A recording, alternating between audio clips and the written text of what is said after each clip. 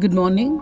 Greetings to you in the matchless name of our Lord and Savior Jesus Christ. Let's praise God by singing hymn, Holy, Holy, Holy, Lord God Almighty.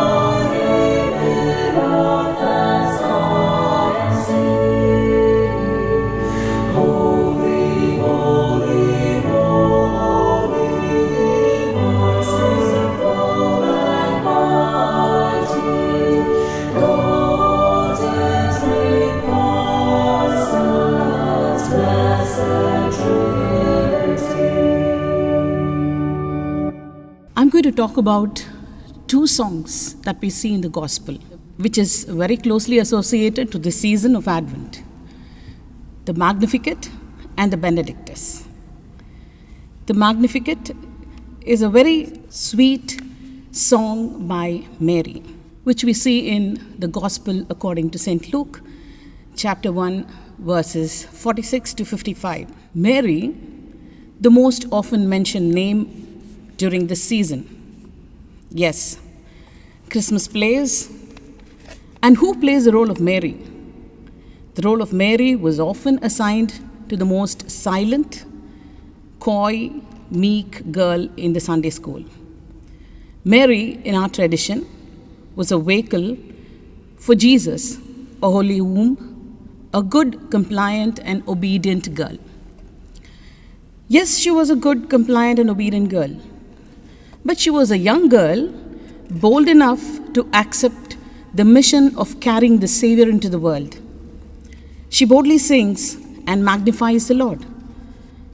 The Magnificat, taken from Luke's Gospel, chapter 1, verses 46 to 55, is Mary's hymn of praise to the Lord. My soul magnifies the Lord, and my spirit rejoices in God my Savior, because he has regarded the lowliness of his handmaid. For behold, henceforth all generations shall call me blessed. Because he who is mighty has done great things for me, and holy is his name, and his mercy is from generation to generation on those who fear him. He has shown might with his arm. He has scattered the proud in the conceit of their heart. He has put down the mighty from their thrones and exalted the lowly. He has filled the hungry with good things, and the rich he has sent away empty. He has given help to Israel, his servant, mindful of his mercy, even as he spoke to our fathers, to Abraham, and to his posterity forever.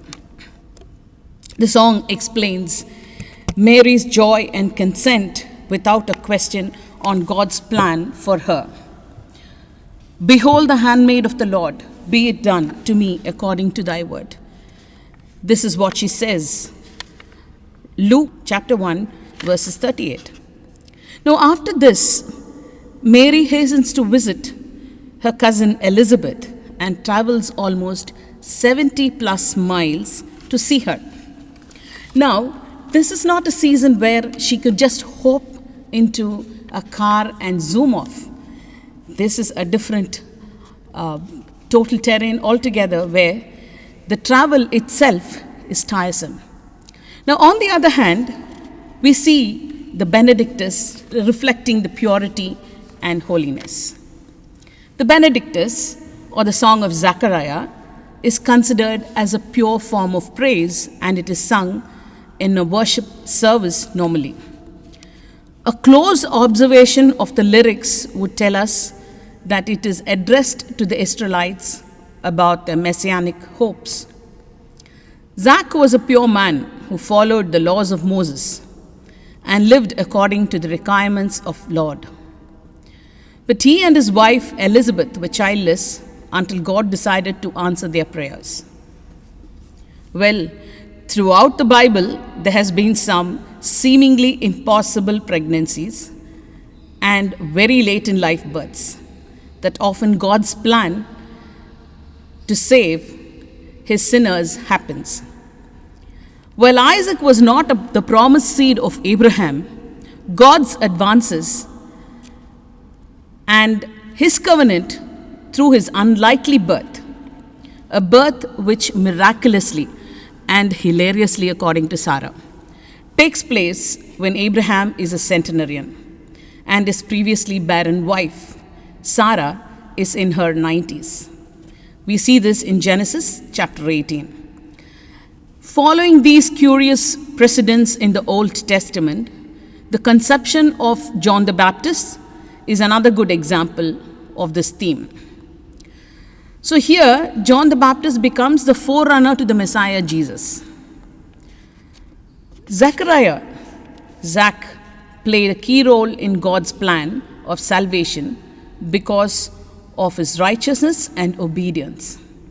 God planned to work a miracle in his life and herald the coming of the Messiah. This song of Zechariah was sung by him in praise and thanksgiving. It was sung on the occasion of the circumcision and naming of his son John the Baptist. There are a few observations to be made here. The political background during Zach's period was that of Herod, the troublesome, ruthless king who killed his own sons before his death. He went rampant and ruthless. So there was a political unrest. And whenever there was a political unrest and social oppression, it was a call to liberate, the call for the Messiah. Secondly, this calls for a strong religious leader and a forerunner. Thus, Zachariah was chosen. He and his family were pure in the Lord's sight. He was only a priest, not a high priest. Still God chosen. But since he hesitated to believe the words of the angel, he was struck dumb, thus sending him into a long, deep period of silence and solitude. It is a naming ceremony of John the Baptist that broke his silence and then his leap for joy. Zach's praise and worship of the blessings he received from God and his promise of forgiveness and salvation. He refers to the horn, which is a sign of power and exuberation, as they will be set free. It is not just defeat of enemies, but a cry from a holy man to serve the Lord without fear. While Zachariah starts with the praise and his concern for his people, he recalls the promises that God made through his prophets for their redemption and liberation from oppression. His confidence in the Lord's word is remarkable. He goes to explain the role of John the Baptist in the mission. To conclude, one can draw a parallel to the present state of affairs: spiritual, social, and political oppression.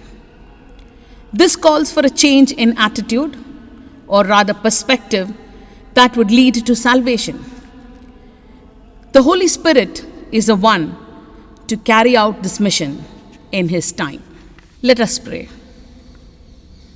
Lord, our Heavenly Father, I praise You and worship You and exalt Your name. Thank You for this beautiful morning. We are blessed to be a part of Your creation, my Lord. We commit this day into Your hands. We pray for the continued blessings on our college, instituted by Your servants to carry out Your mission. I commit the principal, the faculty, and all the non-teaching members of our college into Your mighty hands. Protect our students and be their guide during this time of the pandemic. We take hope from You, Lord, and into Your hands I commit this day. Amen.